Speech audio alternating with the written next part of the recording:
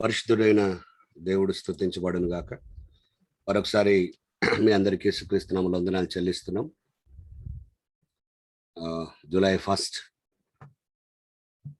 మరి 46వ రోజులో ఉన్నాం. మా లైఫ్లో జూలై 1 చాలా ప్రేషియస్ డే, శాంతి బర్త్డే. ఈరోజు దేవుడు మరొక ఆయుష్కాలం ఇచ్చాడు. దేవునికి మహిమ చెల్లిస్తున్నాం. సామెతల గ్రంథం 13వ అధ్యాయంలో మనం ఉన్నాం. అందును బట్టి దేవుని గణపరుస్తా ఉన్నాం. సామెతలు 13, 12వ వచనంలో 11 వచనాల వరకు మనం చూడగలిగాం. 11 వచనాల వరకు మనం ధ్యానించాం. దేవుడు మహిమనొందాడు. 12వ వచనంలో కోరిక సఫలము కాకుండుట చేత హృదయము నొచ్చును, సిద్ధించిన మనోవాంఛ జీవవృక్షము అనే మాట చాలా స్పష్టంగా కనబడ్డది. ఎప్పుడు హృదయం వస్తుందట? కోరిక సఫలము కాకుండుట చేత. కోరిక సఫలం కానప్పుడు హృదయం నొచ్చును అన్నాడు. ఒకవేళ సిద్ధిస్తే, అది సిద్ధించినట్లయితే, నువ్వు అనుకున్నది, నువ్వు కోరుకున్న మనోవాంఛ సిద్ధించినట్లయితే అది జీవవృక్షము అనే మాట బైబిల్ చాలా స్పష్టంగా మాట్లాడింది. మీకు ఎప్పుడైనా మీరు అనుకున్నది, మీ కోరికలు సఫలంగా అన్నప్పుడు మీ హృదయం నొచ్చుకున్న సందర్భాలు ఉన్నాయా?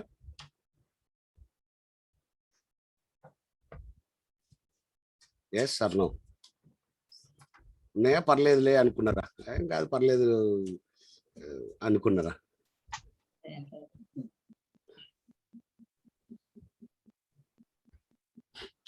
అవసరాలు తీరకపోతే హృదయం నొచ్చుకుంటుందా? కోరికలు తీరకపోతే హృదయం నొచ్చుకుంటుందా? ఉన్నాయండి. అవసరాలు తీరకపోతే హృదయం నొచ్చుకుంటుందా? కోరికలు తీరకపోతే హృదయం నొచ్చుకుంటుందా? కోరిక కోరిక.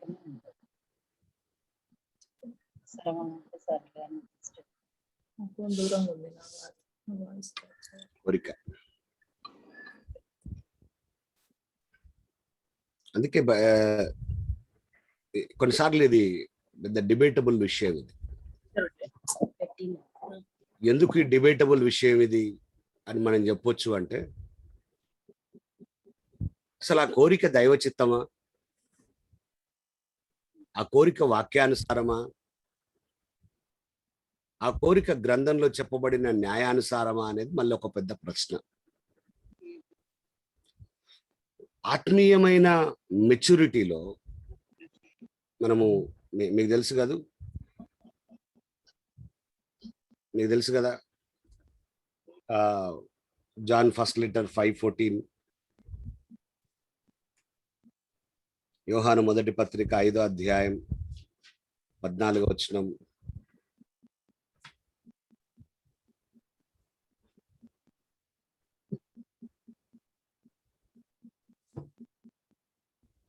చాలా అద్భుతమైన మాట. ఆయనను బట్టి మనకు కలిగిన ధైర్యం ఏదనగా, ఆయన చిత్తానుసారముగా మనం ఏదడిగినను ఆయన మన మనవి ఆలకించును అనున్నదియే. మళ్ళీ అక్కడికి వచ్చేసరికి ఆయన చిత్తానుసారముగా అడుగుట, ఆయన చిత్తానుసారంగా మనమేది అడిగినను. ఏమండి, ఆ మాట మీకు అర్థమవుతుందా?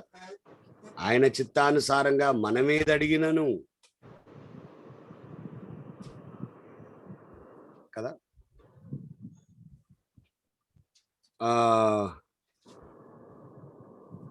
చాలాసార్లు ఏం జరుగుతుందంటే,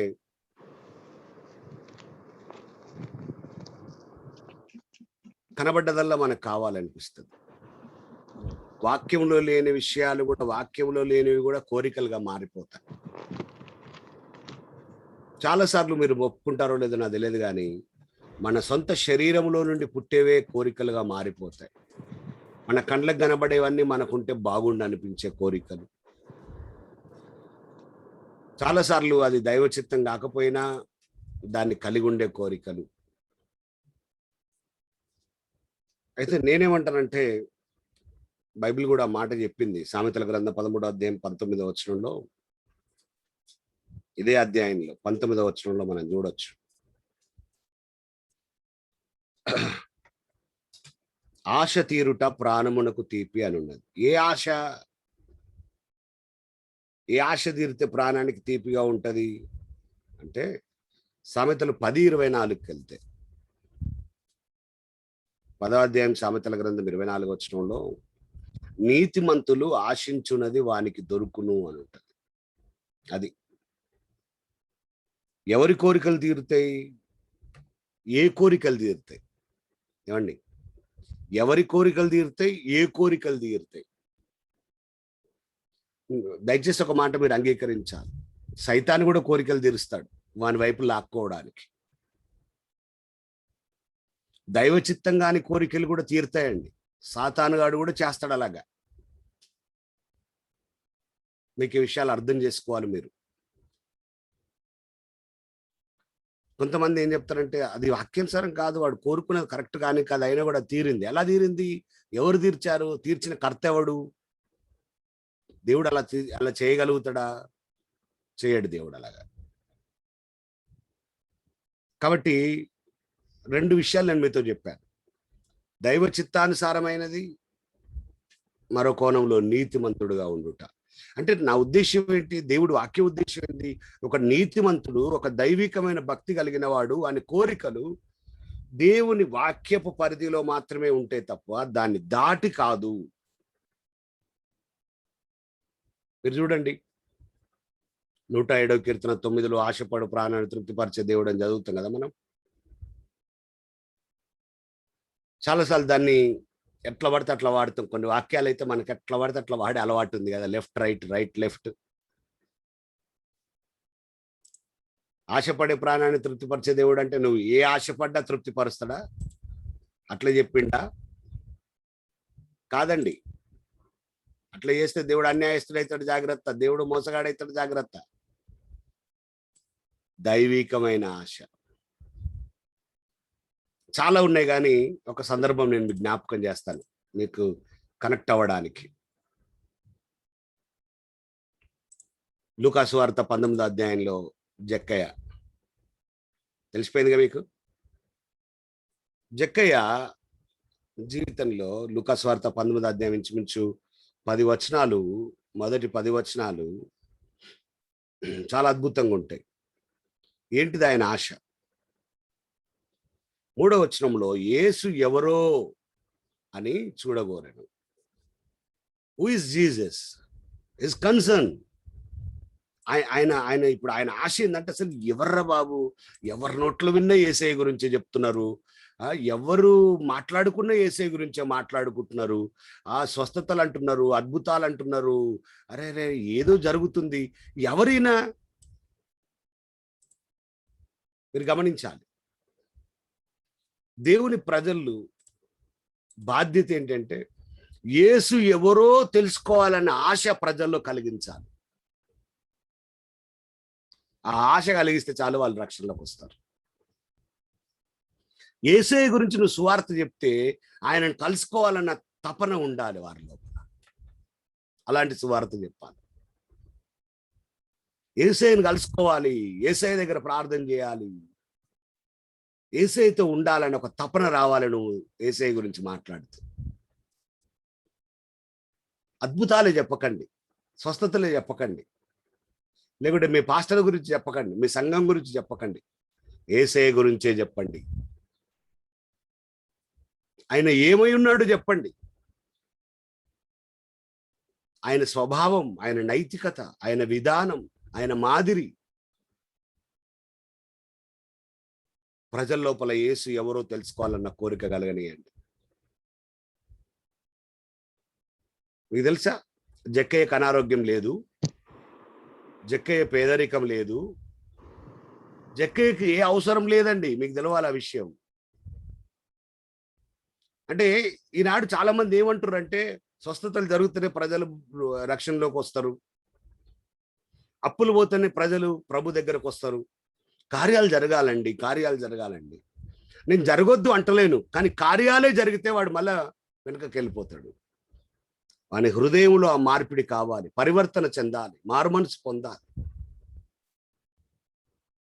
యేసును అద్భుతాలు చేసే డాక్టర్గా చూస్తే చాలా కష్టం అండి, వాడు జారిపోతాడు. యేసును జీవితాలు మార్చి పరలోక రాజ్యాన్ని చేర్చే నాయకుడిగా చూసేవారు కావాలి. కాబట్టి యేసు ఎవరు అన్న ఆశ మనం అక్కడ చూస్తాం. లూకాసు వార్త 19:3 పొట్టువాడైనందున జనులు గుంపగూడి ఉండటం వలన చూడలేకపోయాడు. మొదటి ఆటంకం కలుగుతుందండి. ఒకటి ఆయనలో ఉంది, ఒకటి బయట ఉంది. ఒకటి ఆయనలో ఆయన పొట్టివాడు, ఒకటి బయట జనులు గుంపుగూడి ఉన్నారు. యేసుక్రీస్తు దగ్గరికి రావాలనుకున్నప్పుడు ఎన్నో ఆటంకాలు ఉంటాయి. ఒకటి నీ లోపల ఉంటాయి, ఒకటి బయట ఉంటాయి. ఒకటి నీ అంతరంగంలో ఉంటాయి, ఒకటి నీ బాహ్యంగా ఉంటాయి. యేసుని కలుసుకోకుండా, యేసుని చూడకుండా, యేసుతో గడపకుండా నీ లోపల కొన్ని ఉంటాయి, బయట కొన్ని ఉంటాయి. ఆగిపోవచ్చు అక్కడ. చూద్దాం అనుకున్నాండి, యేసు ఎవరో తెలుసుకోవాలనుకున్నాండి. బయటికి వాడు, జనులు గుంపుకున్నారు, ఈయన పొట్టోడు కనబడదు, ఇట్స్ ఓకే, పర్లేదు తర్వాత చూద్దాంలే అనుకొని ఉంటే ఆశ చచ్చిపోతుంది. నో, అలాంటోడు కాదండి జక్కయ్య, మనలాంటోడు కాదు. మనం కూడా కొన్నిసార్లు ఆశపడతాం కదా, ప్రార్థన చేయాలి, వాక్యం చదవాలి, ఆత్మీయంగా ఉండాలి, భక్తిగా ఉండాలని బాగా ఆశపడి చిన్న అవరోధాలు వస్తాయి, చిన్న ఆటంకాలు వస్తాయి, ఏం చేస్తాం? పడిపోతాం, ఆగిపోతాం. నాన్ వెజ్ తినొద్దు అనుకుంటాం, అన్నం తినొద్దు అనుకుంటాం, ఆరోగ్యం కాపాడుకోవాలి అనుకుంటాం.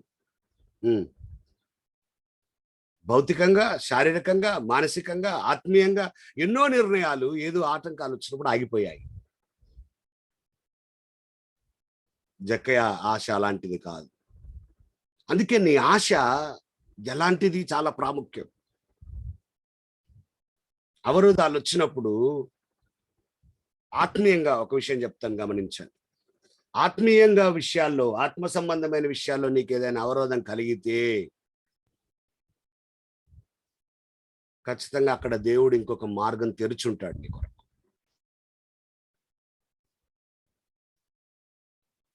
దేవుడు అక్కడ నీ కొరకు ఒక మార్గాన్ని ప్రిపేర్ చేసి పెడతాడు. అందుకే జక్కయ్యకు మేడి చెట్టు అనే ఒక మార్గాన్ని ఏర్పాటు చేసి పెట్టాడు దేవుడు. ఆయన పొట్టివాడు, జనులు గుంపు కూడున్నారు, ఈ మార్గం క్లోజ్ అయింది. కానీ ఆయన ఆశ ఓపెన్ అయి ఉన్నది కనుక, ఆయన ఆశ అలాగే ఉంది కనుక ఆయన కొరకు దేవుడు ఇంకొక మార్గాన్ని ప్రిపేర్ చేశాడు. దేవునికి స్తోత్రం. నీ జీవితంలో కూడా ఆత్మీయంగా నువ్వు ఎదగాలనుకున్నప్పుడు, ఆత్మీయంగా ముందుకు సాగాలన్నప్పుడు 100 మార్గాలు మూసుకొని పోనీయండి, నీ కొరకు ఇంకొక మార్గం ఓపెన్ అయ్యి ఉంటుంది. నువ్వు ఊహించని మార్గం, ఆలోచించని మార్గం. నాకంటే ఎక్కువ మీకు తెలుసు కదా మేడి చెట్టు ఎట్లుంటుందో.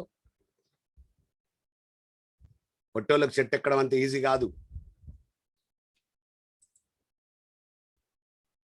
కానీ ఆయన పొట్టివాడే కాదండి.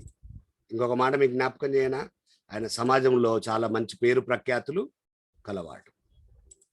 సమాజంలో అటువంటి మంచి పేరు ప్రఖ్యాతులు గల్లోడు చెట్టు ఎక్కుతాడా, ఎక్కిస్తాడా? ఇప్పుడు సమాజంలో ఒక వాల్యూ ఉందండి. ఇప్పుడు సరే, నేనున్నాను, ఒక పాస్టర్గా ఉన్నాను, నేను పోయి చెట్టు ఎక్కుతానా? చెట్టు ఎక్కగానే ఆదివారం నాడు చర్చిలో మాట్లాడుకున్న ముచ్చట ఏంటిది? పాస్టర్ చెట్టు ఎక్కిండాను కాదు, ఎక్కాలని లోపల ఉన్నా బయట ఎక్కలేను కదా. ఒక మంచి సమాజంలో ఉన్నతమైన స్థాయిలో ఉన్న జక్కయ్య చెట్టెక్కేశాడు. నువ్వు ఆత్మీయంగా నీ ఆశ నెరవేర్చుకోవాలి అనుకున్నప్పుడు మనుషులు ఏమనుకుంటారు, ఇతరులు ఏమనుకుంటారు అని ఎవరి వైపు చూసి నువ్వు ఆగిపోవాల్సింది కాదు. ఆగిపోతున్నావు, అక్కడ ఆగిపోతావు. దేవుని కొరకు దేన్నైనా చేయడానికి అడుగులు ముందుకు పడాల్సిందే. జక్కయ్య అడుగులు ముందుకు పడ్డాయి. అంటే నీ లోపల ఒక ఖచ్చితమైన వాక్యానుసారమైన కోరిక ఉంటే ఆ కోరిక నేను ఎలా నడిపిస్తుందో నేను మాట్లాడుతున్నాను.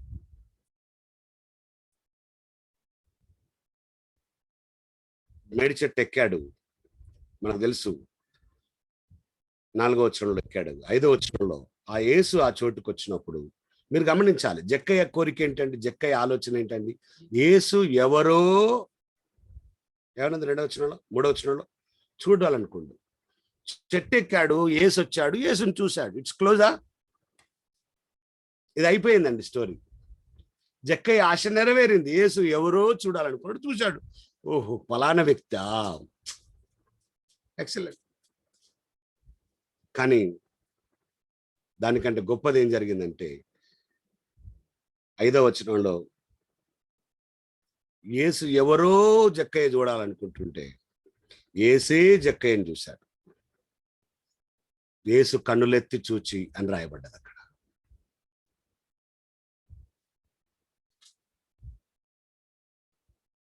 నీ కోరిక వాక్యానుసారమైంది అయితే, నీ కోరిక నీతిమంతుల కోరిక అయితే, నీ కోరిక ఆత్మీయమైంది అయితే, ఆ కోరిక నెరవేరే విధానం భిన్నంగా ఉంటుంది. ఆయనే చూస్తాడు. మీరు తర్వాత కూడా చూడొచ్చు, అసలు ఆ రోజు యాత్రలో, ఆ రోజు ప్రయాణంలో యేసయ్య ఇంకేం చేయలే, జక్కయ్యతోటే ఉన్నాడు. జక్కయ్య కొరకే వచ్చినట్టుంది. భవిష్యత్ ఎరిగిన దేవుడు కదా ఆయన. ఈయన యేసును చూస్తే చాలనుకున్నాడు, కానీ యేసే ఈయనను చూస్తున్నాడు. మీరు గమనించాలి. యేసు చుట్టూ జనాలు గుంపులు గుంపులుగా ఉన్నారు కదా, వాళ్ళని చూడట్లేదు ఆయన. యేసు ఎవరిని చూస్తున్నాడో తెలుసా? నీలాంటి వాళ్ళని, నాలాంటి వాళ్ళని చూస్తాడు ఆయన.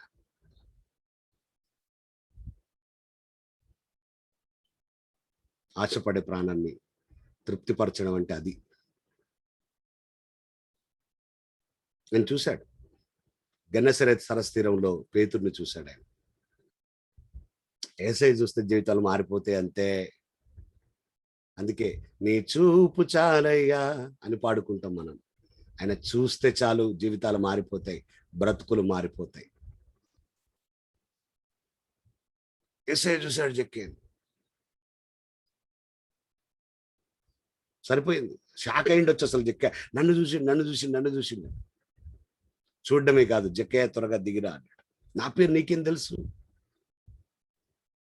దిగిరమ్మడమే కాదు, నేను నీ ఇంట్లో ఉండాలి అన్నాడు. మీ ఇంటికి వెళ్దాను రా. జక్కయ్య ఇంటికి ఎవడు పోడండి, ఆ ఊరోడే పోడు.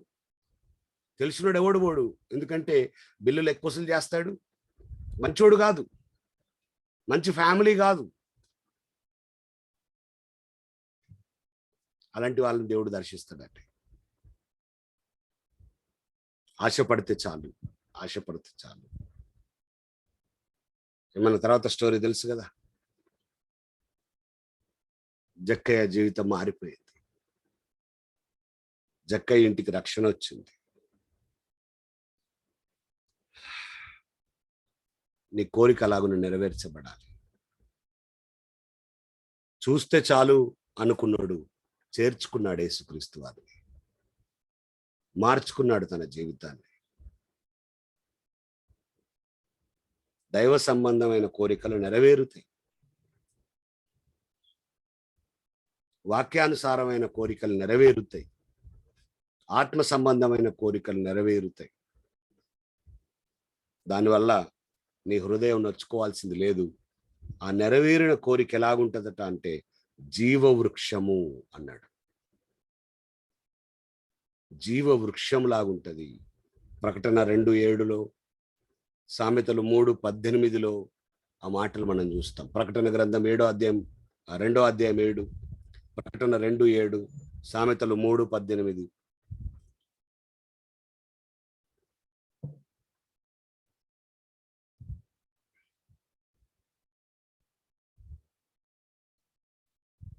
ఈ వచనాన్ని ధ్యానించడానికి కొన్ని రెఫరెన్స్లు రాసుకోండి. 42వ కీర్తన మొదటి 3 వచనాలు,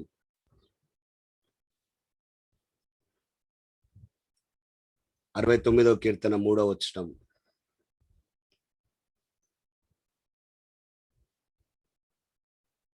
119వ కీర్తన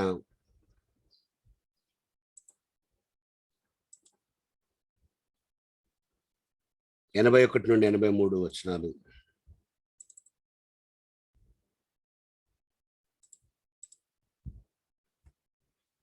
143 కీర్తన 7వ వచనం, పరమగీతం 5వ అధ్యాయం 8వ వచనం. రాసుకున్నారా? 42వ కీర్తన మొదటి 3 వచనాలండి, 69వ కీర్తన 3వ వచనం, 119వ కీర్తన 81 నుండి 83 వచనాలు, 143వ కీర్తన 7వ వచనం, పరమగీతం 5వ అధ్యాయం 8వ వచనం. 13వ అధ్యాయం 13వ వచనం అండి. మనము సామెతల 13వ అధ్యాయంలో 8వ భాగంలో ఉన్నాం. 13వ అధ్యాయం 13వ వచనం. ఆజ్ఞను తిరస్కరించువాడు అందువలన శిక్ష నందును, ఆజ్ఞ విషయమే భయభక్తులు గలవాడు లాభం పొందును. ఆజ్ఞను తిరస్కరించేవాడు అందువలన శిక్ష పొందును. మనము ఇదే సామెతల గ్రంథం 13వ అధ్యాయం 18వ వచనంలో శిక్షను ఉపేక్షించువానికి అవమాన దారిద్రతలు ప్రాప్తించనని ఉంటుంది కదా. సామెతలు 19:16లో, సామెతల గ్రంథం 19వ అధ్యాయం 16వ వచనం,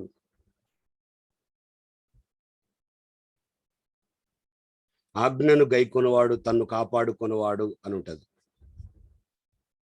ఆజ్ఞను గైకొనడం గురించి రాస్తున్నాడు ఇక్కడ, ఆజ్ఞ గురించి మాట చెప్తున్నాడు ఇక్కడ, ఆజ్ఞను తిరస్కరించడం గురించి మాట్లాడుతున్నాడు ఇక్కడ. మీకు ఒక ఆలోచన చెప్తాను.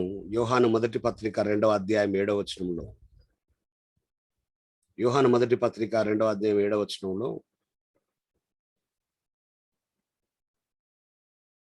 ఏంటి ఆజ్ఞ అంటే, యోహాను భక్తుడు అంటాడు, మొదట నుండి నీకున్న పూర్వపు ఆజ్ఞనే గాని కొత్త ఆజ్ఞ నేను మీకు రాయటం లేదు. ఈ పూర్వపు ఆజ్ఞ మీరు వినిన వాక్యమే అని ఉంటది. ఏంటిదండి ఈ ఆజ్ఞ? వాక్యమే. వాక్యమే ఆజ్ఞ. వాక్యం గురించి ఆజ్ఞ అని మాట్లాడుతున్నాడు. ఈ వాక్యమే ఆజ్ఞగా బయలుపరచబడుతుంది. అందుకే కొత్త నిబంధనలో ఫస్ట్ కపుల్ ఎవరు చెప్తారా మీకు? కొత్త నిబంధనలో మొట్టమొదటి భార్య భర్తలు ఎవరో చెప్తారా మీరు?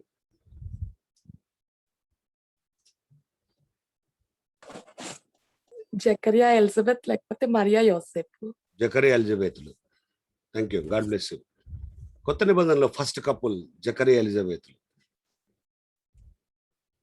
లూకాసు వార్త 1వ అధ్యాయం 6వ వచనం ప్రకారం, లూకాసు వార్త 1వ అధ్యాయం 6వ వచనం ప్రకారం వారి సాక్ష్యం ఏంటండి? వారి గురించి దేవుడు ఇచ్చిన సాక్ష్యం, లేదా లూకా రాసిన సాక్ష్యాన్ని మనం చాలాసార్లు భార్యాభర్తల గురించి ధ్యానిస్తున్నప్పుడు వాడుకుంటాం కదా. వీరిద్దరూ ప్రభు యొక్క సకలమైన ఆజ్ఞల చొప్పున, న్యాయ విధుల చొప్పున నిరపరాధులుగా నడుచుకొనుచు, సకలమైన ఆజ్ఞలు అని రాయబడ్డది అక్కడ, కొన్ని కాదు. ఎటువంటి భార్యాభర్తలు వాళ్ళు అంటే దేవుని యొక్క సకలమైన ఆజ్ఞల చొప్పున జీవించేవారు. ఏ ఆజ్ఞ తప్పేటోళ్ళు కాదు, ఏ ఆజ్ఞ తప్పేటట్టుగా బ్రతికే వాళ్ళు కాదు వాళ్ళు. దేవుని యొక్క సకలమైన ఆజ్ఞల ప్రకారం. అందుకే వారికి ఒక ప్రత్యేకమైన స్థానం బైబిల్లో ఉంది. ప్రియులారా, దేవుని దృష్టిలో ఒక ప్రత్యేకమైన స్థానం నీకుండాలా? అయితే నువ్వు ప్రత్యేకమైన వ్యక్తిగా బ్రతకాలి, అందరిలాగా కాదు. నీ భక్తి విషయంలో, నీ ఆత్మీయత విషయంలో you have to be a special or precious. నీ భక్తి కొంచెం ఎక్కువ ఉండాలేమో అప్పుడు, నీ ఆత్మీయత ఇంకా కొంచెం ఎక్కువ ఉండాలేమో అప్పుడు, నీ విశ్వాస్యత ఇంకా కొంచెం ఎక్కువ ఉండాలేమో అప్పుడు. అదే దాని గురించి మాట్లాడతాడు. ఆజ్ఞ, వాక్యము, ఈ మాటలు ఆలోచిస్తున్నప్పుడు పాత వాక్యమే మీరు మర్చిపోయి ఉంటారు. నేను మీకు జ్ఞాపకం చేస్తాను. యోహాను మొదటి పత్రిక 3వ అధ్యాయము 4వ వచనము, ఆజ్ఞ అతిక్రమమే పాపం కదూ. పాపము చేయి ప్రతివాడు ఆజ్ఞను అతిక్రమించును అని రాయబడ్డది అక్కడ. అంటే ఒక వ్యక్తి పాపంలో ఉన్నాడు, ఒక వ్యక్తి పాపం చేస్తున్నాడు, ఒక వ్యక్తి పాపానికి బానిసై ఉన్నాడు అంటే దాని అర్థం ఏంటో తెలుసా మీకు? ఆజ్ఞను అతిక్రమిస్తున్నాడు. చూడండి, పాపం చేసేవాడు ఆజ్ఞను అతిక్రమిస్తాడు, ఆజ్ఞను అతిక్రమించడమే పాపం. అందుకే ఇక్కడ గ్రంథకర్త ఏమంటున్నాడు, సొలొమోను ఏమంటున్నాడు సామెతలు 13:13, ఆజ్ఞను తిరస్కరించువాడు అందువలన శిక్ష నొందును. ఆజ్ఞ విషయమై భయభక్తులు కలవాడు లాభం పొందును. ఎంత అద్భుతం! అందుకే నేను అన్నాను, ప్రభావవంతమైన నిరీక్షణ, ఒక నిరీక్షణ వాక్యానుసారమైన ఆశ, మరొకటి దేవుని ఆజ్ఞను నెరవేర్చుట, భయభక్తులతో నెరవేర్చుట. అటు వానికి లాభం కలుగుతుంది. ఏమండి, కాబట్టి దీని మీద మీరు స్టడీ చేయండి. నిర్గమకాండం 9:20. నిర్గమకాండం 9:20. సంఖ్యాకాండం 15:31. సామెతలు 13:13కు క్రాస్ రెఫరెన్స్ రాసుకుంటున్నాం. సంఖ్యాకాండం 9:20, నిర్గమకాండం 9:20, సంఖ్యాకాండం 15:31, దినవృత్తాంతముల 2వ గ్రంథం, 2వ దినవృత్తాంతాలు అంటాం కదా, దినవృత్తాంతముల 2వ గ్రంథం 36:16. సామెతల గ్రంథం 13:12-21, 2 వచనాలు కూడా రాసుకోవచ్చు. 13వ వచనం కూడా మనం ముగించుకున్నాం. 14వ వచనం అండి, సామెతలు 13:14 వచనం, జీవపు ఊట. జ్ఞానుల ఉపదేశం, ఇది 9వ భాగం అండి, 13వ అధ్యాయం. జ్ఞానుల ఉపదేశము జీవపు ఊట, అది మరణ పాశములో నుండి విడిపించును. జ్ఞానుల ఉపదేశం. మళ్ళీ జ్ఞానం అనగానే ఎవరు గుర్తుకు రావాలి మనకు? క్రీస్తే గుర్తుకు రావాలి. కొరింథీ మొదటి పత్రిక 1:24 ప్రకారం, కొలస్సీ పత్రిక 2:3 ప్రకారం దేవుని జ్ఞానం క్రీస్తే. ఈ 2 వచనాలు మీకు బైహార్డ్ వచ్చేసేయాలి. కొరింథీ మొదటి పత్రిక 1:24, కొలస్సీ పత్రిక 2:3 మీకు నోటికి కంఠస్థం వచ్చేసేయాలి. జ్ఞానం అనగానే క్రీస్తు.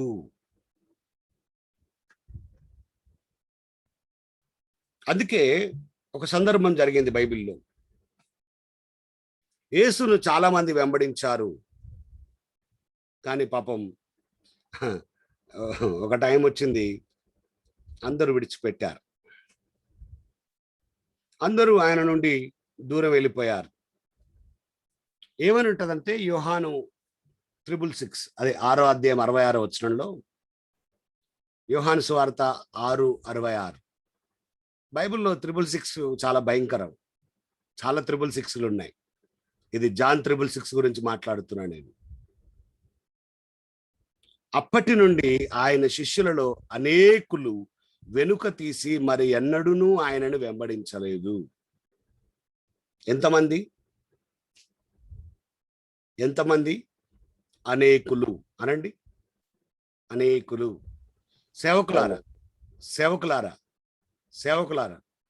సేవకు వచ్చేటోళ్ళు కానీ, సేవ చేస్తున్నవారు కానీ, సేవలో ఉన్నోళ్ళు కానీ, నేను ఒక మాట చెప్పనా మీకు, యేసు క్రీస్తు తోటి ఉన్నోళ్ళే అనేకులు వెనుకకి వెళ్ళిపోయారు. నీతోటి నాతోటి ఉండేటోళ్ళు ఉంటారా? నేను ఫెయిల్యూడ్ సేవకునేమో, అందుకే నాతోటి చాలా మంది లేరు. బెంజమిన్ సేవకు వచ్చినప్పటి నుంచి బెంజమిన్ దగ్గరికి వచ్చిన వాళ్ళు అందరూ బెంజమిన్తో ఉంటే 10,000 మంది అవుతుండే, ఇంకెక్కువనే అవుతుండే. యేసయ్యతోటే లేరా స్వామి, నీతోటి ఎట్లుంటారు? అట్లా జరుగుతూనే ఉంటది. అంటే మరి యేసయ్య మంచి బెస్ట్ సేవకుడు కాదా ఏంది ఇప్పుడు లెక్క ప్రకారం? యేసయ్య ఫెయిల్యూర్డా? అనేకులు వెనుకకు తీశారట. ఎవరండి? విశ్వాసుల్లో కాదు, ఆయన శిష్యులలో. ఆయన శిష్యుల్లోనే చాలా మంది వెనుకకు తీశారు. మీరు జాగ్రత్తగా వినాలి. నీ విశ్వాసంలో కొంతమంది వెనుకకు తీశారంటే టెన్షన్ ఎందుకు అవుతావు నువ్వు? It's common thing. 20 సంవత్సరాల ఎక్స్పీరియన్స్ నేను చెప్పనా, ఇట్స్ కామన్ థింగ్. అది జరుగుతుంది అట్లా, అంతే. కొంతమందికి మనం నచ్చుతాం, కొంతమందికి మనం నచ్చం. కొంతమందికి మనం నచ్చం, కొంతమందికి మనకు నచ్చరు. కొంతమంది కలిసిపోయేటోళ్ళు ఉంటారు, కొంతమంది ఎలిసిపోయేటోళ్ళు ఉంటారు. కామంతే. అదేమి నీ సేవకు కొలతేం కాదు. మంది ఎక్కువ ఉండడం తక్కువ ఉండడం కొలత కాదు.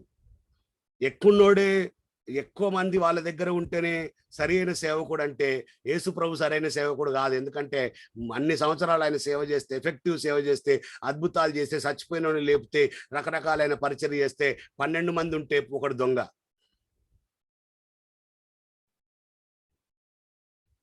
నేను మిమ్మల్ని ప్రోత్సహించడానికి విషయాలు ఇలాగ మాట్లాడుతున్నాను. కొన్ని 11 మంది సరిగ్గా ఉన్నారా అంటే సిలువ దగ్గర ఒక్కడే ఉన్నాడు, 10 మంది లేరు. మళ్ళా ఇప్పుడు యేసయ్య ఫెయిల్యూర్ సేవకుడా? అంటే నీ సేవ మందిని బట్టా, మనుషులను బట్టా, క్వాంటిటీనా క్వాలిటీనా?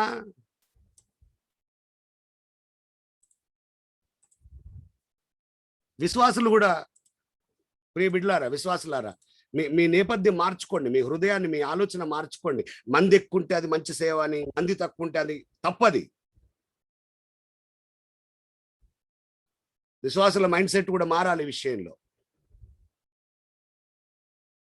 సైమన్ అన్న, సైమన్ ఉన్నారా?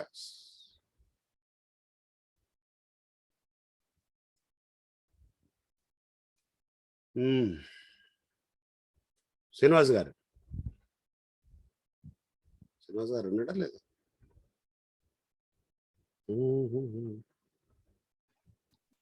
Left hand. ఓకే, చరణ్ ఉన్నవా? వెంబడించాలన్న విశ్వాసంతో లేస్తున్నట్టు ఉంటే కాలం రావాలి, ఎప్పుడైనా విడిపోవచ్చు అన్నారు. అది మీకు అర్థమైందా? అన్న ఏం చెప్పాడు? వెంబడించడం చాలా ప్రాముఖ్యం. మరి ఎన్నడూనూ ఆయనను వెంబడించలేదు.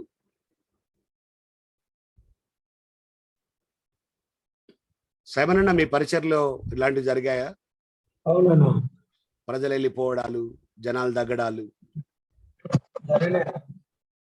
అనా? జరిగినాయి అన్న. ఏమనిపించింది అప్పుడు మీకు? బాధ అయింది, చాలా నిరాశపడ్డాం. తోటి సేవకుడిగా జత పనివాడే చెప్తున్నాను, ఏం నిరాశ పడకండి. బూడిదలో ఎంత పొర్లిందంత బూడిద అంటది మనకు, ఎంత అంటాలో అంతే అంటుతుంది. దేవుడు మనకిచ్చిన వారు మనతో ఉంటారు. వాళ్ళు మనతో ఉండాలి కాబట్టి మనతో ఉంటారు, లేకుంటే మనతో ఉండొద్దు అనుకునే వాళ్ళు ఎవడు మనతో ఉంటారు. మనం ఆశపడతాం 100%, ఆబ్వియస్లీ మనం బాధపడతాం కూడా. దేవుడు మళ్ళీ కలపొచ్చు అట్లాంటి వాళ్ళను. వాళ్ళకు బుద్ధి నేర్పో, మనకు బుద్ధి నేర్పో, మళ్ళీ కలిపేటోళ్ళని కలుపుతాడు. శ్రీనివాస్ గారు, మీ ఎక్స్పీరియన్స్ ఏంటి?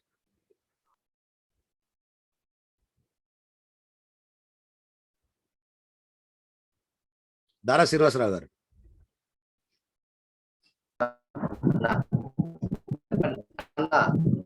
ఈ విషయంలో మీ అనుభవం ఏంటి అని అడుగుతున్నాను. అన్న ఒకసారి కట్ అయింది, నాది వాయిస్ కట్ అవుతుంది. ఒకసారి మళ్ళీ ఒకసారి అది జూమ్ ఒకసారి పనిచేయట్లేదు, నాది వస్తుంది పోతుంది. ఒకసారి సంఘాలలో చాలా మంది వెనకదీయడాన్ని గురించి మీ ఎక్స్పీరియన్స్ ఏంటి అని అడుగుతున్నాను.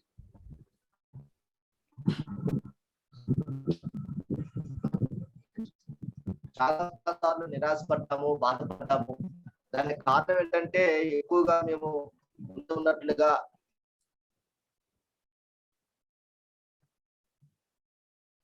నేనేమనుకుంటానంటే, సేవకులారా, నేనేమనుకుంటానంటే, చాలా మంది సేవకులు, నాతో సహా చాలా మంది సేవకులు చేసే ఒక పొరపాటు ఏంటో తెలుసు?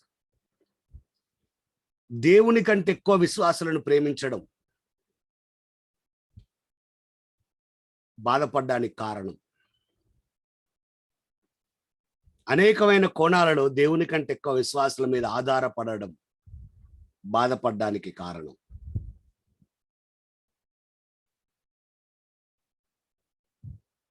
వాళ్ళు దేవుడిచ్చిన వాళ్ళు. That is the first cause. దేవుని కంటే ఎక్కువ కాదు. వాళ్ళని దేవుడు పంపించాడు. మొదట దేవుడే.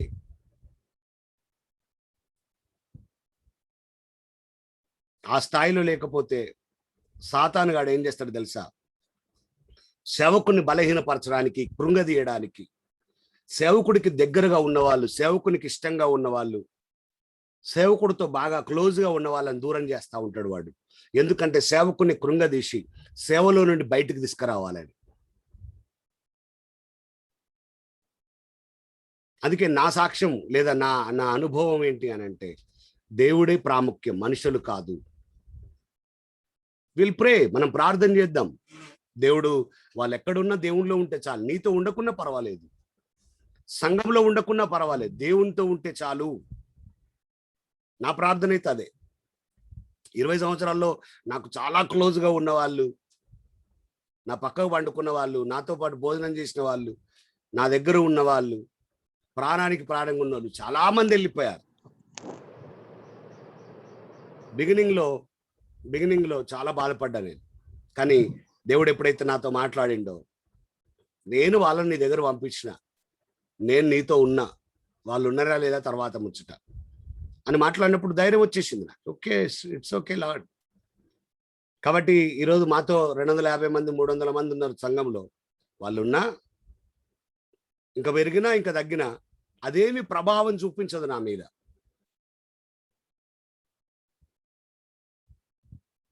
కారణం ఏంటంటే యేసుప్రభు మినిస్ట్రీ నాకు బాగా ఇష్టం. భూలోకంలో ఎవరైనా సక్సెస్ఫుల్ మినిస్ట్రీ చేసిరంటే అది జీసస్ క్రైస్ట్ ఒక్కడే. లోపం లేని పరిచర్య ఎవరైనా చేసిరంటే యేసుక్రీస్తు ఒక్కడే. మెల్కిసెదెకు క్రమంలో పరిచర్య ఎవరైనా చేసిరంటే యేసుప్రభు ఒక్కడే. I respect that ministry. I honor that ministry. I will follow that ministry. ఆ పరిచర్యలో ఎన్నో అనుభవాలు. అయితే ఏమైందంటే చాలా మంది వెనుకకు వెళ్ళిపోయారు. మనం అక్కడున్నాం. యోహాను సువార్త 6వ అధ్యాయం 26వ వచనం. యేసు అడిగాడు 67వ వచనంలో, ఇది చాలా ప్రాముఖ్యం సేవకులకు, మీరు కూడా వెళ్ళిపోవాలని ఉన్నారా అని 12 మందిని అడిగాడు.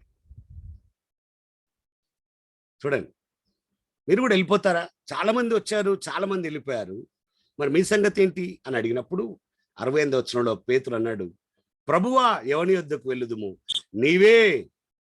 నీవు కాదు, నీవే నిత్య జీవపు మాటలు గలవాడవు అన్నాడు. Who are you? మీరెవరు? నీవే నిత్య జీవపు మాటలు గలవాడవు. నీవే. అందుకే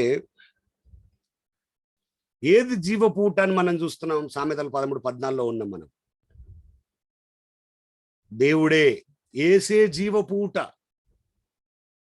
ఏసే జ్ఞానం, ఏసే జీవం, ఏసే మార్గం. అందుకే పేతురుకు అర్థమైపోయింది, మేము ఎక్కడికి పోతాం? చూసారా, 12 మంది మేము ఎక్కడికి పోం, మీతోనే ఉంటాం అన్నారు. కొద్ది రోజుల తర్వాత ఏమైంది? మళ్ళీ ఒకడు బ్యాక్ అయ్యాడు. అంతే ఉంటుంది పరిచర్య. ఇట్లా అనొచ్చా? ఎవరి స్టాప్ వచ్చినప్పుడు వాళ్ళు దిగిపోతారని.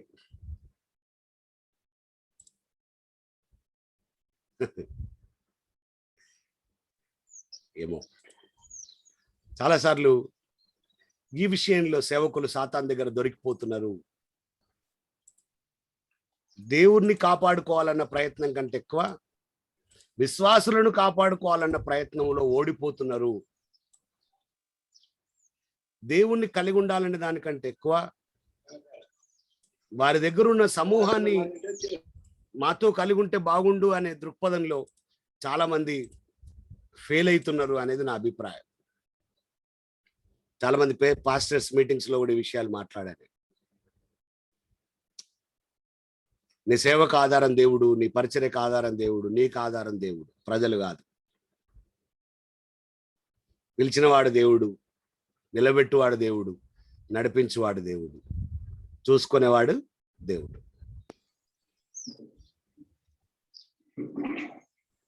నేను ఒక మాట చెప్పనా, 12 మంది ఉండేటట్టు చూసుకోండి, యేసుప్రభు సేవ చేసినట్టే మీరు కూడా. అందులో కూడా ఒక దొంగ ఉన్నాడు సార్ అంటే పర్లేదు, ఇంకా మీరు పర్ఫెక్ట్ యేసుప్రభు లాంటి సేవ చేసినట్టే. యేసుప్రభు యొక్క పరిచర్య ఒడిదుడుకులు ధ్యానించుకుంటే పర్సనల్ గా బాగుంటుంది కదన్నా. రైట్, ఎక్సలెంట్, మంచి ఆలోచన ఇచ్చారు. అసలు యేసుప్రభు పరిచర్యను ధ్యానించాలి సేవకులందరూ. యేసుక్రీస్తు వారి పరిచర్య విధానం ధ్యానం చేయాలి. అందుకే ఏమో వీలు కాకపోవచ్చు, కానీ ఎప్పుడైనా వీలైతే ఒక 15-20 క్లాసులు కేవలం సేవకులకే సేవా విధానంలో యేసుక్రీస్తు పరిచర్య మెడిటేట్ చేయాలని ఎప్పటి నుంచో నాకు కూడా ఉంది. ధ్యానం చేస్తూ వెళ్ళాలి. ఆయన పరిచర్య నీకు అర్థమైతే అసలు పరిచర్య నీకు అర్థమైతే సరే. జ్ఞానుల ఉపదేశం జీవపూట, అది మరణపాశంలో నిన్ను విడిపిస్తారు. కాబట్టి మొదట నువ్వు జ్ఞాని అయిన క్రీస్తుని కలిగి ఉండి, ఆయన మాటలే జీవపు మాటలని కలిగి ఉండి, ఆయనే జీవమని కలిగి ఉంటే అది జీవము. అది ఏం చేస్తుంది అంటే మరణ పాశములలో నుండి నిన్ను విడిపిస్తుంది. కాబట్టి మొదట నువ్వు స్టిక్ ఆన్ అవ్వాలి, మొదట నువ్వు స్థిరపరచబడాలి. రెండవది, నువ్వు ఇతరులను స్థిరపరచాలి. ఏమండి, ఇతరులను ప్రిపేర్ చేయాలి. ఓకే, స్టడీ చేయండి దీని విషయంలో కూడా. సామెతలు 10:11 రాసుకోండి. రాసుకున్నారా? సామెతలు 10:11, సామెతలు 14:27, సామెతలు 15:4, సామెతలు 16:22, కీర్తనలు 18:5. మళ్ళీ చెప్పన, సామెతలు 10:11, సామెతలు 14:27, సామెతలు 15:4, సామెతలు 16:22, కీర్తనలు 18:5. ఇలా చెప్పాను కదా అని అందరినీ పోగొట్టుకోమనా, విశ్వాసులందరినీ పోగొట్టుకోమనా, అవసరం లేదు అని నిర్లక్ష్యంగా చూడమనా, బాధ్యత లేకుండా సేవకుడు ఉండాలనా, అరే మీరు ఉంటే ఎంతరాబాయి లేకుంటే ఎంతరాబాయి ఉండమనా? కాదు. కాపరి పరిచర్య, స్పెషల్గా పాస్టరల్ మినిస్ట్రీ, కాపరి పరిచర్య అంటే తండ్రి మనసు తల్లి మనసు కలిగి సేవ చేయడం. సంఘ పరిచర్య ప్రాముఖ్యంగా ఒక తండ్రి ఒక తల్లి లాగా నువ్వు ఉండకపోతే నువ్వు పాస్టర్గా పనికిరావు. ఫస్ట్ ఆఫ్ ఆల్, కాబట్టి నిన్ను విడిచి కొంతమంది వెళ్తున్నారు అంటే దాని వెనకాల నీ లోపం ఎంత ఉంది, నీ పొరపాటు ఎంత ఉందో కూడా చూసుకోవాలి. ఓ యేసుప్రభు దగ్గర ఎక్కువ మంది లేరు, నా దగ్గర మీరు ఉండరని ధైర్యం చేసి అందరిని పంపించుడు కాదు. ఒక వ్యక్తి నీ దగ్గరికి వచ్చినాడంటే ఆ వ్యక్తిని నువ్వు వదులుకోవడానికి అవకాశం ఉండొద్దు. ఒకవేళ తప్పిపోయిన కుమారుడుగా వెళ్ళిపోతే వదిలేద్దాం, కానీ తప్పిపోయిన గొర్రెగా ఉంటే వెతికి తెచ్చుకోవాల్సిందే. ఈ రెండింటికి చాలా వ్యత్యాసం ఉంది. సురేష్, మీరు మాట్లాడదాం అనుకున్నా, అన్మ్యూట్ చేశారు. అదే అంటే ఇందాక మీరు చెప్పిన ఆ ఎగ్జాంపుల్ గురించి చెప్దాం అనుకునేసరికి మీరు చెప్పారు. అంటే ప్రజలు సత్యమైన మాటలు చాలా కఠినంగా ఉంటాయి అనే విధంగానే యేసుప్రభు అంటే సంఘానికి రావడానికి చాలా మంది వచ్చిన తర్వాత వెనుకంజ వేస్తా ఉన్నారు అనే విషయాన్ని. ఎందుకంటే ఖచ్చితమైన బోధ ఇష్టపడతలేరు కదా.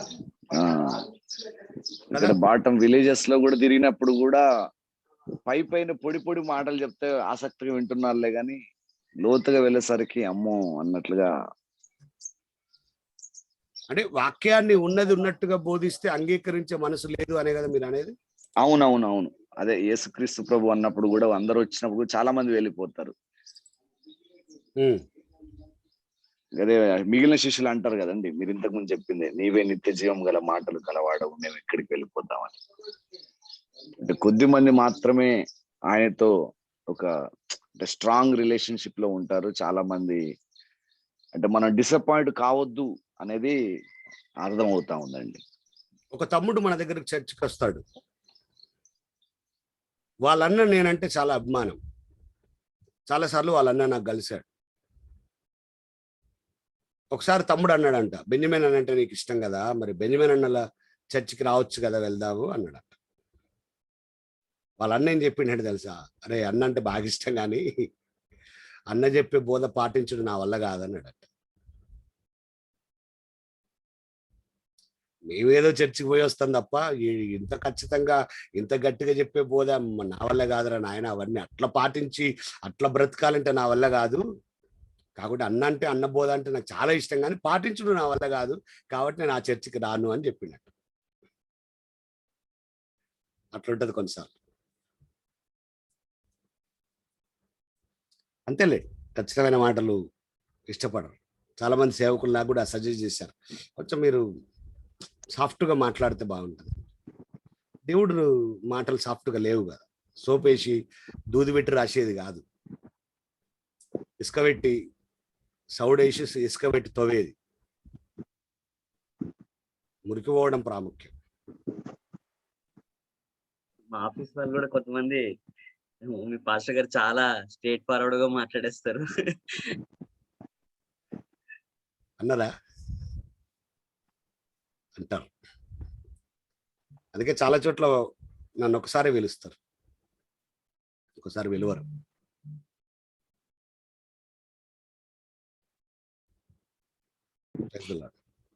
నిజమైన పాస్టర్ అన్ని విధాలు సంబోధింపబడతారు అన్న. అన్న అంటారు, ఆయన పాస్టర్ అంటారు, తండ్రి అంటారు, రకరకాల సంబంధించుంటేనే పాస్టర్ అన్ని విధాలు సంబంధింపబడతారని అవుతుంది.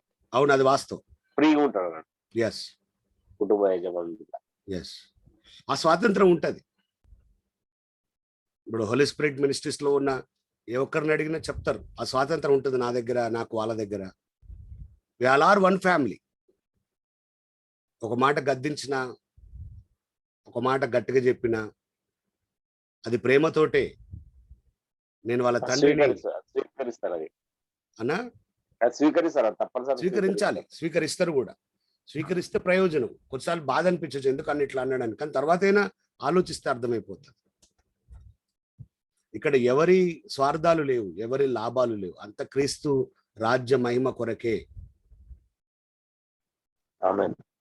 అంటే కొన్ని సందర్భాల్లో కొంచెం కఠినంగా ప్రవర్తించాల్సి వచ్చింది, కొట్టాల్సి వచ్చింది, ఒకరిద్దరిని కొడితేనే విన్నారు. పర్లేదు.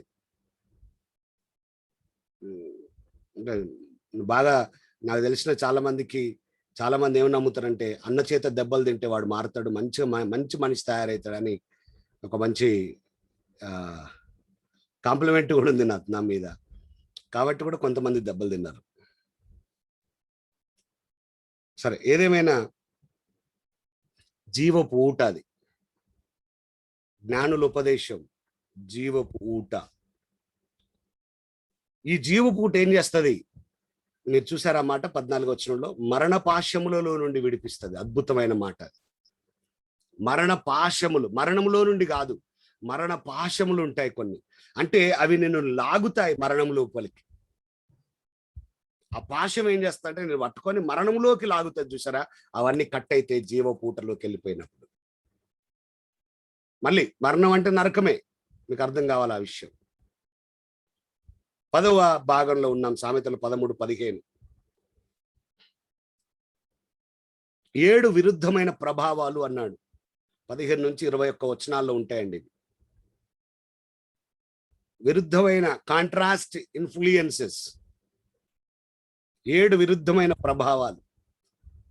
సామెతలు 13:15. సుబుద్ధి దయను సంపాదించును, విశ్వాసఘాతకుల మార్గము కష్టం. సుబుద్ధి మనం చూసాం ఆల్రెడీ. సుబుద్ధి గురించి, సుబుద్ధి ఏం చేస్తుంది? దయను సంపాదిస్తుంది అన్నాడు. దయను సంపాదిస్తుంది.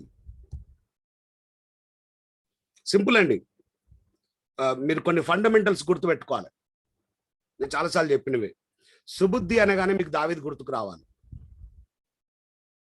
సుబుద్ధి అనే మాట మీకు రాగానే దావీదు గుర్తుకు రావాలి. దావీదు సుబుద్ధి గలవాడు. సౌలు ఏం చేశాడు? దావీదును యోధుల మీద పెట్టాడు. ప్రమోషన్ వచ్చింది సుబుద్ధితోటి. సమయల్ మొదటి గ్రంథం 18వ అధ్యాయం, సమూయేలు మొదటి గ్రంథం 18వ అధ్యాయం 14-15 వచనాలు. బుద్ధి కాదు, సుబుద్ధి. బుద్ధి కంటే ఒక స్టేట్ ఎక్కువ, సుబుద్ధి ఒక అంతస్తు ఎక్కువ.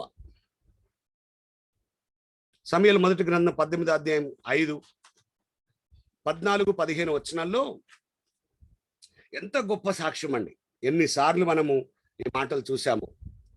సుబుద్ధి అనగానే ఈ మాట మీకు గుర్తుకు రావాలి. దావీదు సౌలు తాను పంపిన చోట్లకి వెళ్ళిపోయి సుబుద్ధి కలిగి పని చేసుకొని వచ్చాను గనుక, ఉద్యోగస్తులు, వ్యాపారస్తులు సుబుద్ధి కలిగి ఉండాలి. బుద్ధి కలిగి ఉంటే సరిపోదు, సుబుద్ధి ఉండాలి. సౌలు యోధుల మీద అతన్ని నియమించను. జనులందరి దృష్టికి సౌలు సేవకుల దృష్టికి దావీదు అనుకూలుడై ఉండెను అని ఉంటది. 14 వచనం.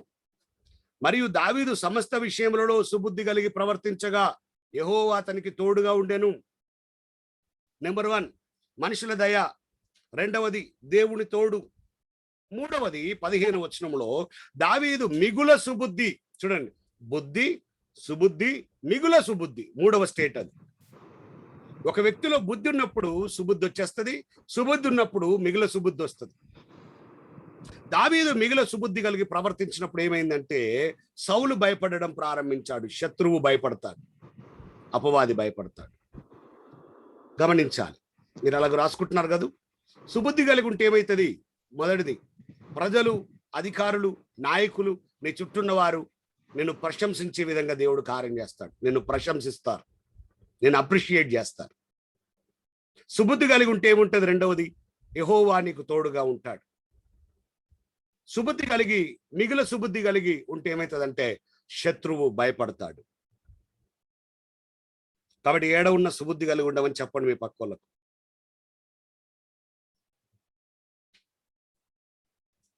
అందుకే మీరు చూడండి, సుబుద్ధి దయను సంపాదించును అన్నాడు కదా.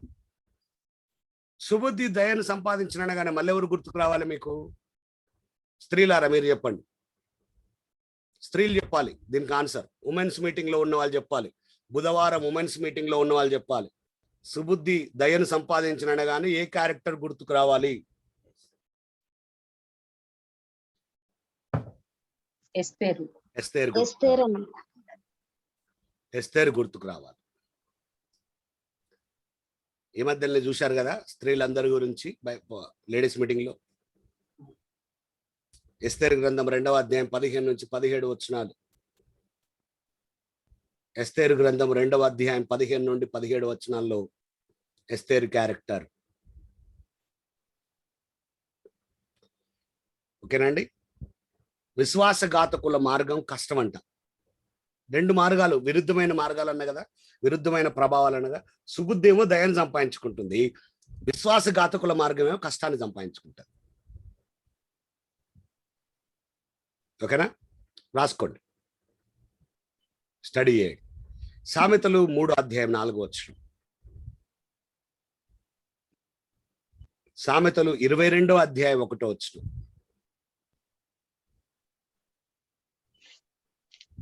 111వ అధ్యాయం 10వ వచనం. ఏంటిది అది? కీర్తనలు. కీర్తన 111:10. లూకా 2:52. సమూయేలు మొదటి గ్రంథం 2:26. అపోస్తుల కార్యాలు 7:10.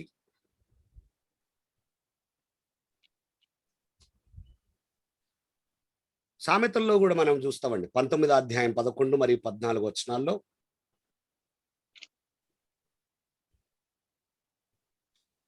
సామెతల గ్రంథం 19వ అధ్యాయం 11 మరియు 14 వచనాల్లో ఒకని సుబుద్ధి వానికి దీర్ఘశాంతమునిచ్చును, తప్పులు క్షమించుట అట్టి వానికి ఘనతనిచ్చును. ఒకని సుబుద్ధి ఏమిస్తుందంటే వానికి దీర్ఘశాంతాన్ని ఇస్తుందంట. తప్పులు క్షమించుట అట్టి వానికి ఘనతనిచ్చును. ఎవడు తప్పులు క్షమించగలడండి? సుబుద్ధి గలవాడు. సుబుద్ధి గలవాడు దీర్ఘశాంతం కలిగి ఉంటాడు, అట్టివాడు తప్పులను క్షమిస్తాడు. 14వ వచనం. గృహము విత్తమును పితరులు ఇచ్చిన స్వాస్థ్యము, గృహమును విత్తమును పితరులు ఇచ్చిన స్వాస్థ్యము, సుబుద్ధి గల భార్య యెహోవా యొక్క దానము. భార్యలు ఎలా ఉండాలి? శాంతి, సుబుద్ధి కలిగి ఉండాలి. సుబుద్ధి కలిగిన భార్య ఎవరంట? యెహోవా యొక్క దానము. దానము.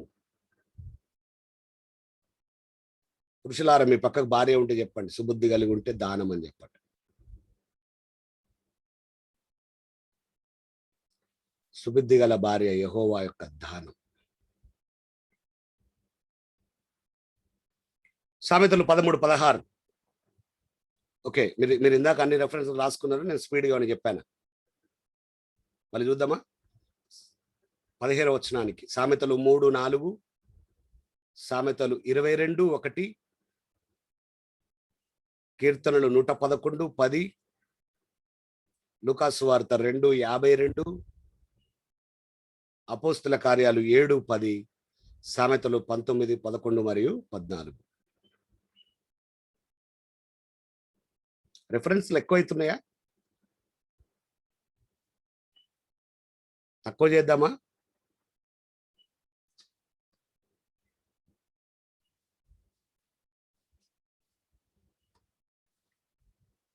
ఏమంటారు? రెఫరెన్స్లు ఏమైనా తక్కువ చేద్దామంటారా? వద్దు బ్రదర్, ఉండాలి. ఉండాలా?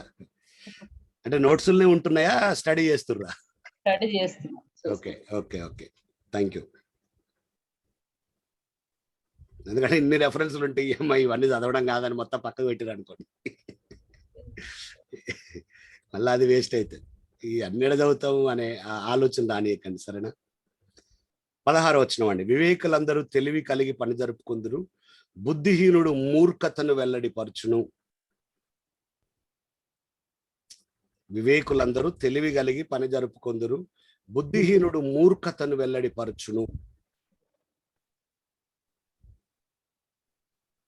వివేకము, బుద్ధిహీనత, మళ్ళీ ఈ రెండు కాంట్రాస్ట్ వర్డ్స్, విరుద్ధమైన పదాలు కదా. ఒకడు వివేకిగా ఉంటాడు, కొందరు బుద్ధిహీనులుగా ఉంటారు. కాంట్రాస్ట్ వర్డ్స్ అంటారు. వివేకులందరూ తెలివి కలిగి పని జరుపుకుంటారంట, తెలివి కలిగి పని చేస్తారంట.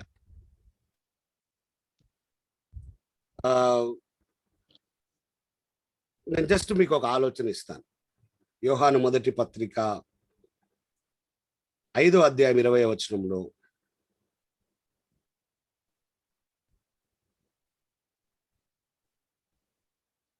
మనం సత్యవంతుడైన వానిని ఎరుగవలనని దేవుడు కుమారుడు వచ్చి మనకు వివేకమును అనుగ్రహించి ఉన్నాడు అని రాయబడ్డది. అంటే ఇప్పుడు వివేకం ఎవరిస్తారు? దేవుని కుమారుడైన క్రీస్తు మనకు వివేకం అనుగ్రహించువాడు. పేతురు 2వ పత్రిక 2వ అధ్యాయం 7వ వచనంలో కూడా వివేకము యేసుక్రీస్తు ఇస్తాడని రాయబడ్డది. వివేకులందరూ అంటే వివేకం పేరు పెట్టుకున్న వాళ్ళందరూ కాదు, వివేకులందరూ అంటే క్రీస్తు ద్వారా వివేకాన్ని పొందుకున్న వాళ్ళందరూ తెలివి, సొంత తెలివి కాదు, కుయుక్తి కలిగిన తెలివి కాదు, యుక్తి కలిగిన తెలివి కాదు, దైవికమైన తెలివి కలిగి పని జరుపుకుందురు అని రాశాడు. ఎవరు వీళ్ళందరూ? వివేకులందరూ. వివేకులందరూ ఎందుకంటే వివేకము దేవుడే ఇచ్చాడు కాబట్టి. పౌలు కూడా ఏమన్నాడంటే కొలస్సీ పత్రిక 1వ అధ్యాయం 9వ వచనంలో విశ్వాస జీవితంలో వివేకం మంచిదే. కొలస్సీ 1:9లో విశ్వాస జీవితంలో వివేకం మంచిదే అనే కోణంలో మనం లేఖనాలు చూస్తాం. మత్తయి సువార్త 10:16లో కూడా వివేకం గురించి రాయబడ్డది. మనం వివేకం కలిగి ఉండాలనే రాయబడ్డది. కాబట్టి రెండు భాగాలు ఉన్నాయి ఇక్కడ. వివేకులందరూ తెలివి కలిగి పనిచేస్తారు, బుద్ధిహీనుడు మూర్ఖతను వెల్లడి చేస్తాడు. వాడు కొద్దిసేపు మంచిగానే అనిపిస్తాడు, కానీ చివరికి బుద్ధిహీనుడు ఏం చేస్తాడంటే తన మూర్ఖాన్ని బయట పెట్టేస్తాడు. వాడు మూర్ఖుడు. వాడు కొద్దిసేపు మంచిగానే ఉంటాడు, కానీ ఎక్కడో దగ్గర తేడా వచ్చినప్పుడు వాడు తన మూర్ఖత్వాన్ని బయట చూపిస్తాడు. వివేకి, బుద్ధిహీనుడు. వివేకులందరూ తెలివి కలిగి పని జరుపుకుందరు అన్నదానికి రాసుకోండి, సగానికి రాసుకోండి కొన్ని మాటలు. సామెతలు 12:23,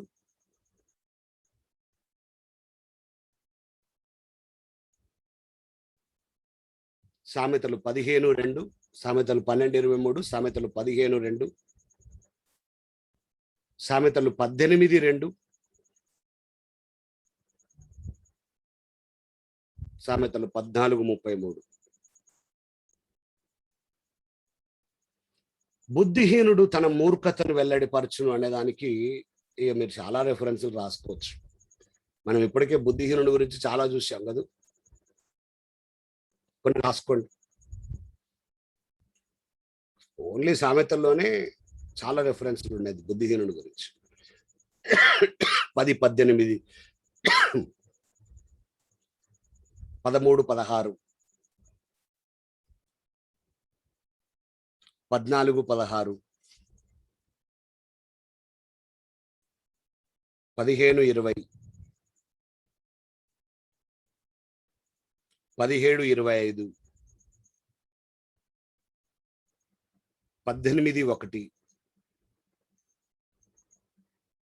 25,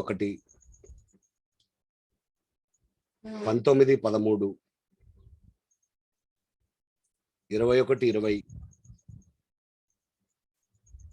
21, 20, 23, 9, 28, 26, 29, 11,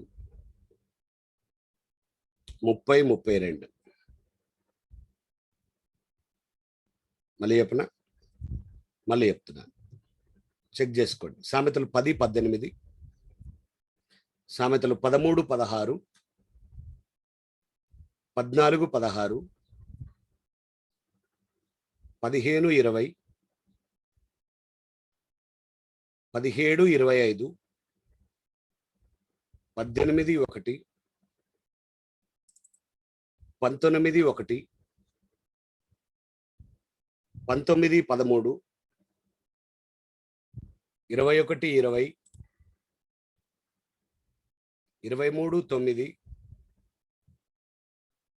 9, 28, 26, 29, 11, 30, 32 మరియు ప్రసంగి 13.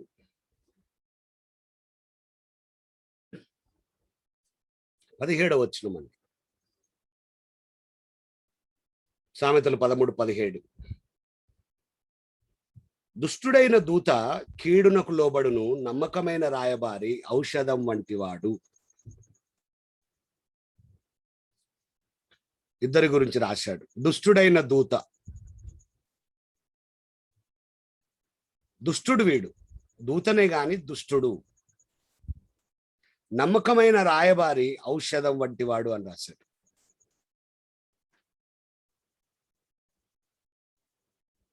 నేను మిమ్మల్ని ఒక ప్రశ్న అడగనా? నువ్వు మొదటి భాగమా రెండో భాగమా? నువ్వు దుష్టుడైన దూతగా ఉన్నావా, నమ్మకమైన రాయబారిగా ఉన్నావా? కొన్నిసార్లు ఏం చేస్తుంది తెలుసా అండి, హృదయంలో ఉన్న అసూయ, ఓర్వలేనితనం, ద్వేషం, దీన్ని పట్టుకొని దీన్ని కలిగి ఉండి ఇతరుల మీద, వేరే వాళ్ళ దగ్గరికి, ఒకరి మీద ఒకరి దగ్గరికి వెళ్ళి దుష్టత్వాన్ని తీసుకుపోయే దూతలాగా ఉంటాం మనం. ఒకరి మీద మరొకరికి దుష్టత్వాన్ని నింపే దూతలాగా ఉంటాం మనం.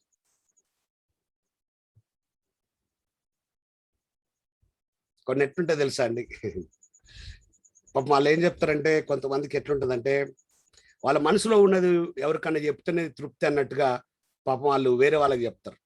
చెప్పేం చెప్తారంటే, దయచేసి ఎవరికి చెప్పకు అంటారు.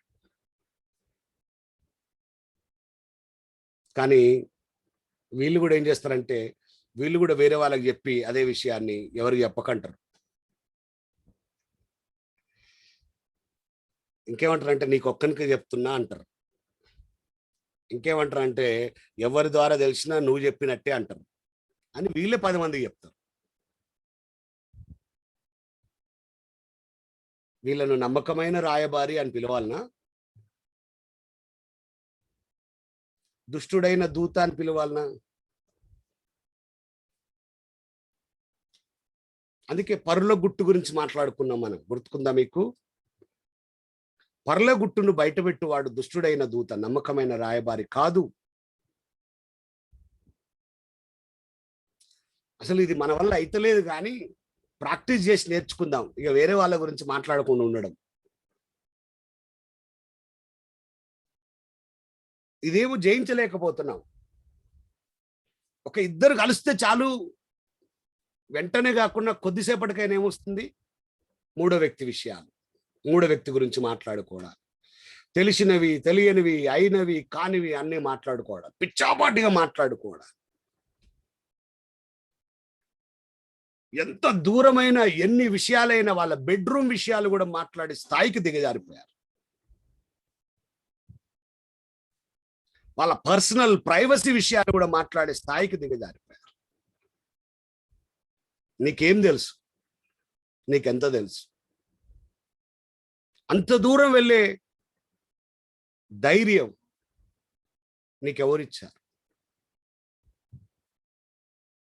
ఈ విషయాలని కన్సిడర్ చేయాల్సిందే మనం. దేవుని పిల్లలు నమ్మకమైన రాయబారిగా ఉందురుగాక, దుష్టుడైన దూతగా కాదు. అందరూ స్ట్రగుల్ అవుతున్నావు, నాతో సహా, నీతో సహా. నీ గురించి నాకు చెప్పు, నా గురించి నీకు చెప్తా అనే పరిస్థితి లేదు. మన ఇద్దరం కలిసి వేరే వాళ్ళ గురించి మాట్లాడుకుందాం. అదొక తృప్తి. దానివల్ల నీకేమొస్తుందంటే ఏమి రాదు, పైసా ఆదాయం లేదండి. కాకపోతే చెవుల దురద తీరుతుంది, హృదయంలో ఉన్న బాధ పోతుంది వేరే వాళ్ళ గురించి మాట్లాడితే. సరే, తెలిసినంత వరకు మాట్లాడుతున్నావా అంటే మీరేమంటారు? వేరే వాళ్ళ గురించి మాట్లాడే దాంట్లో తెలిసినంతనే మాట్లాడుతున్నామా? తెలిసినదే మాట్లాడుతున్నామా? మీరేమంటారు? ఎంతమంది చెప్తారు అవును తెలిసినంతే మేము మాట్లాడతాం అనేటోళ్ళు ఎంతమంది? అసలు ఏమి తెలవకుండా 0 నుండి 100 మాట్లాడేటోళ్ళం లేదు మనం.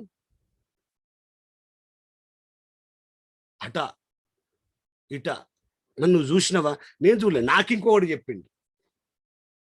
చెప్పింది కొంచెం మసాలా కొంచెం వేసి గాసిప్స్, జీవితాలను నాశనం చేయడం.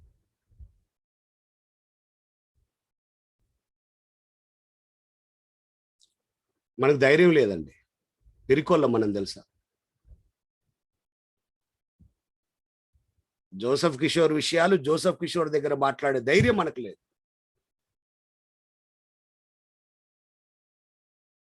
శాంతి విషయం శాంతి దగ్గరే మాట్లాడితే క్లియర్ అయిపోతుంది, ధైర్యం లేదు మనకు. ఆ వ్యక్తి విషయం ఇంకొక వ్యక్తి దగ్గర మాట్లాడే పిరికితనం ఉంది మనకు. ఏంది ఈ విషయాలు తెలుస్తున్నాయి, నిజమేనా, మీ గురించి ఇలా వింటున్నాను అని మాట్లాడే ధైర్యం లేదు మనకు. ఆ ధైర్యం లేనోడు ఎక్కడ ఏం మాట్లాడొద్దు, ఎవరి గురించి మాట్లాడొద్దు. మాట్లాడుతున్నావు ఆ వ్యక్తి గురించి, ఆ వ్యక్తి దగ్గర మాట్లాడొచ్చు కదా.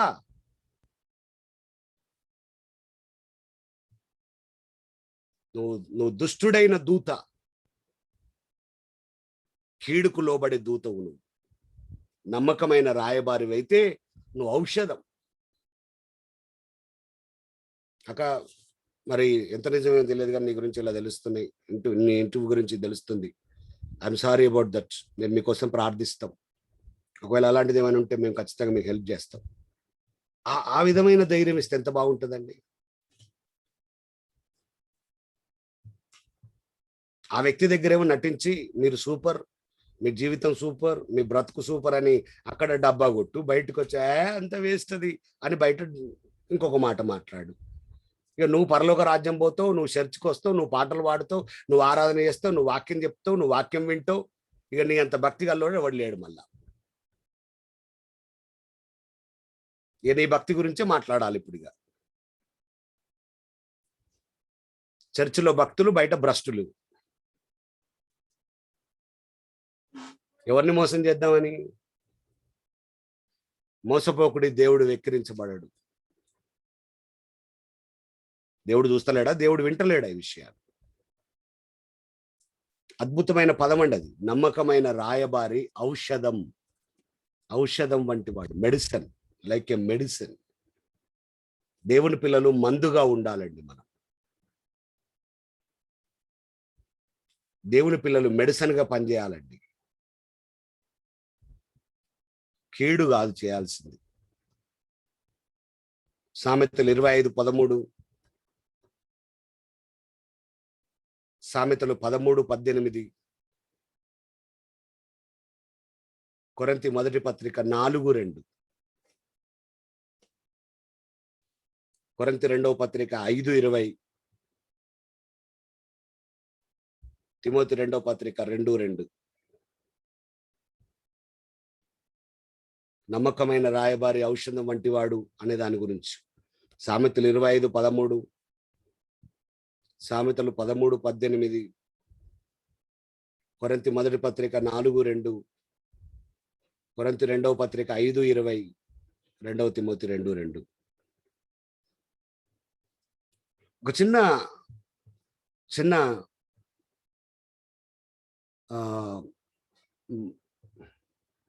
మాదిరి మనం చూడొచ్చు బైబిల్లో.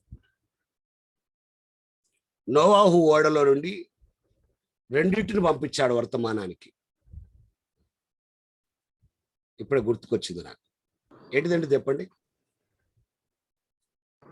బయట వాతావరణం ఎట్లుందో తెలుసుకోవడానికి పంపించి తర్వాత స్టోరీ కూడా చెప్పండి మీరు. కాకి ఏం చేసింది, పావురం ఏం చేసింది? కాకి అటే వెళ్ళిపోద్ది, పావురము ఒలివ కొమ్మ పట్టుకొని వచ్చింది. మరి నువ్వు నేను ఏ రాయబారులం మనం? సందు దొరికితే జంపా? అప్పట్లో ఒక మంచి పాట ఉండేదండి కాకి పావురం మీద. అవునా? ఏం పాట అది? కాకిలాగా నీవు ఉంటావా విశ్వాసి, పావురం లాగా తిరిగి వస్తావా విశ్వాసి అని. అవునా? నేను వినలేదు ఎప్పుడు అది. నేను చాలాసార్లు పాడేది అప్పట్లో, 15 years బ్యాక్. ఇప్పుడు కాకి దుష్టుడైన దూత అనొచ్చా? పావురం నమ్మకమైన రాయబారి అనొచ్చా? మీరు తర్వాత చూడండి, ఆ స్టోరీ చాలా అద్భుతంగా ఉంటది. జెనసిస్ 8, ఆదికాండం 8వ అధ్యాయంలో ఉంటది, 8 నుండి 14 వచనాల్లో.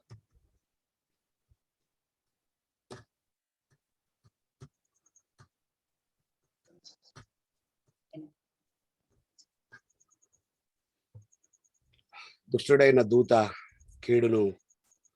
కీడుకు లోబడతాడు. కాబట్టి ఈ విషయాలను మీరు ఆలోచించండి. మిగిలిన మనం రేపు చూద్దాం. సీరియస్గా స్టడీ చేయండి, మన జీవితాలు మార్చబడతాయి. శ్రీనివాసరావు గారు ప్రార్థన చేయండి.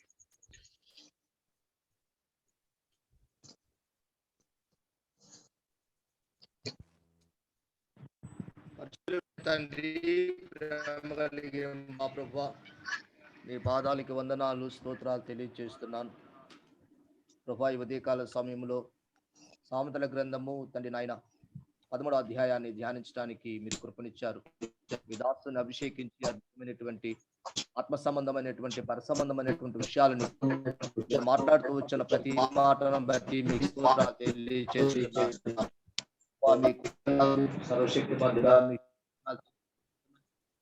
బడిన ప్రతి విషయము దేవా మా హృదయాల్లో నిలిచినట్లుగా సహాయమని దయచేయమని ప్రార్థన చేస్తున్నాం తండ్రి. ఈ లోకంలో మా భక్తి జీవితము, సేవా జీవితము ఏ విధంగా కొనసాగించాలో ఆ విషయాలను తెలుసుకోవడానికి కావలసిన మీ కృపను దయచేయమని ప్రార్థన చేస్తున్నాం ప్రభా తండ్రి. మేము ఔషధమంటు వారంగా ఉండడానికి, అనేకులకు దీవెనికరంగా ఉండడానికి మీరు కృపను దయచేయమని ప్రార్థన చేస్తున్నాం ప్రభా. మీకు వందనాలు, స్తోత్రాలు తండ్రి.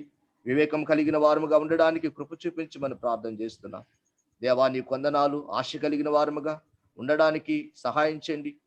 ఎలాంటి ఆశ కలిగి అనేకులకు నీ ప్రభా మిమ్మల్ని పరిచయం చేయడానికి, దేవాతను మిమ్మల్ని ప్రభా పరిచయం చేయడానికి, చూపించడానికి సహాయం చేయమని ప్రార్థన చేస్తున్నాం.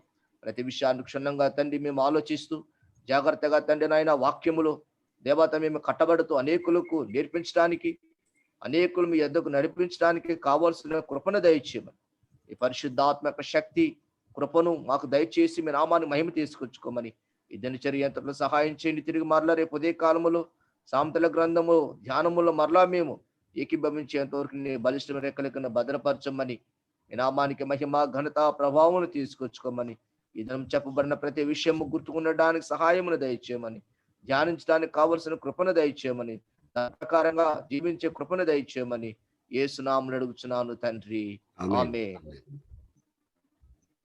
బెనడిక్షన్ ఇవ్వండి. మన పరమ తండ్రి యొక్క ప్రేమ, యేసుక్రీస్తు యొక్క కృప, పరిశుద్ధాత్మని కన్యుని సహవాసమును, చేరువచ్చిన మనకును సకల పరిశుద్ధులకును, ఆయన వాక్యమునికి విధేలయ్యి వాక్య ప్రకారంగా జీవించడానికి ఇష్టపడిన ప్రతి వ్యక్తికి, యేసు వలే జీవించడానికి ఇష్టపడిన ప్రతి వ్యక్తికి దేవుని కృపా సమాధానము తోడే నడిపించును గాక. ఆమేన్. ఆమేన్.